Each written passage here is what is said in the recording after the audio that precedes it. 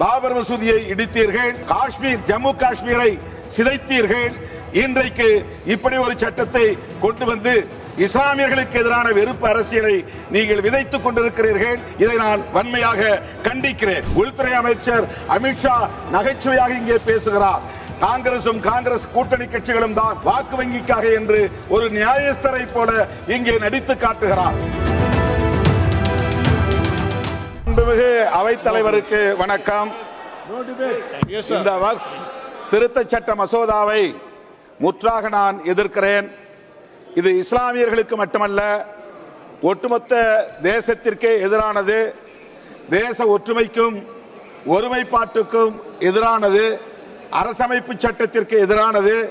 ஆகவே இந்த சட்டத்தை விடுதலை சிறுத்தைகள் கட்சியின் சார்பில் மிக வன்மையாக எதிர்க்கிறேன்.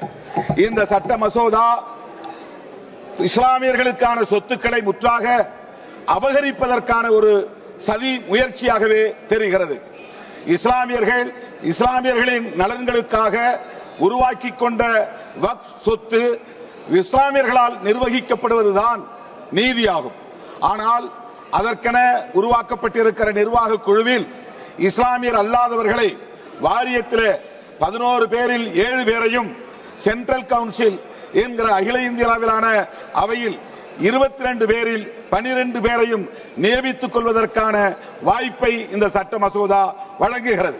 இது எந்த வகையிலான நீதியாக இருக்க முடியும்? இஸ்லாமியர்கள் மீதான உங்கள் வெறுப்பு அரசியல் நாளுக்கு நாள் அதிகரித்து வருகிறது. இது ஒரு பாசிச தாக்குதலாகத்தான் நிகழ்ந்து கொண்டிருக்கின்றன. ஏற்கனவே சிஏஏ சட்டத்தை கொண்டு வந்தீர்கள், ஏற்கனவே பாபர் மசூதியை இடித்தீர்கள், ஏற்கனவே காஷ்மீர் ஜம்மு காஷ்மீரை சிதைத்தீர்கள். இன்றைக்கு இப்படி ஒரு சட்டத்தை கொண்டு வந்து இஸ்லாமியர்களுக்கு எதிரான வெறுப்பு அரசியலை நீங்கள் விதைத்துக் கொண்டிருக்கிறீர்கள். இது வலதுசாரி பெரும்பான்மைவாத பாசிச தாக்குதல் என்று சுட்டிக்காட்டி இதை நான் வன்மையாக கண்டிக்கிறேன். மேலும் இஸ்லாமிய சமூகத்தினரின் ஒற்றுமையை சீர்குலைக்கும் வகையில் ஆகா காணிகளுக்கு தனி வக்ஃப் வாரியம் என்றும், ஷியா முஸ்லிம்களுக்கு தனி வக்ஃப் வாரியம் என்றும், போரோ முஸ்லிம்களுக்கு தனி வக்ஃப் வாரியம் என்றும் நீங்கள் அறிவித்திருப்பது மிக மோசமான ஒரு பாசிச தாக்குதலாகும். எப்படி இந்துக்களை சாதியின் பெயரால் சாதி பெருமிதம் பேசி அவர்களை கூறுபடுத்துகிறீர்களோ, குறிப்பாக பட்டியல் சமூகத்து மக்களை தனித்தனி குழுக்களாக உடைத்திருக்கிறீர்களோ, அதுபோல இஸ்லாமிய சமூகத்தையும் இன்றைக்கு பிளவுபடுத்துகிற சமூக பிரிவினைவாதத்தை உயர்த்தி பிடிக்கிறீர்கள்.